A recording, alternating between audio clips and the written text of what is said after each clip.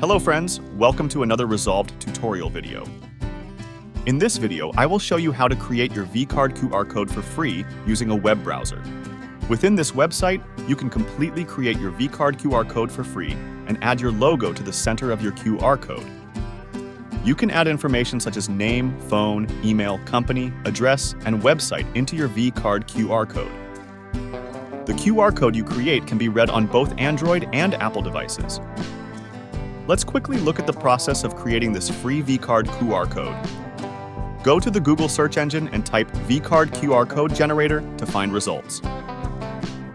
Visit qr-code-generator.com from the search results and enter the information you want to add to the QR code in the tables provided. Then, click on the Generate QR Code button. That's it. In the description of our video, I'm leaving the link for you to download the program for free. Don't forget to like the video if it was helpful to you. Subscribe to my Resolved channel for more informative and tutorial videos.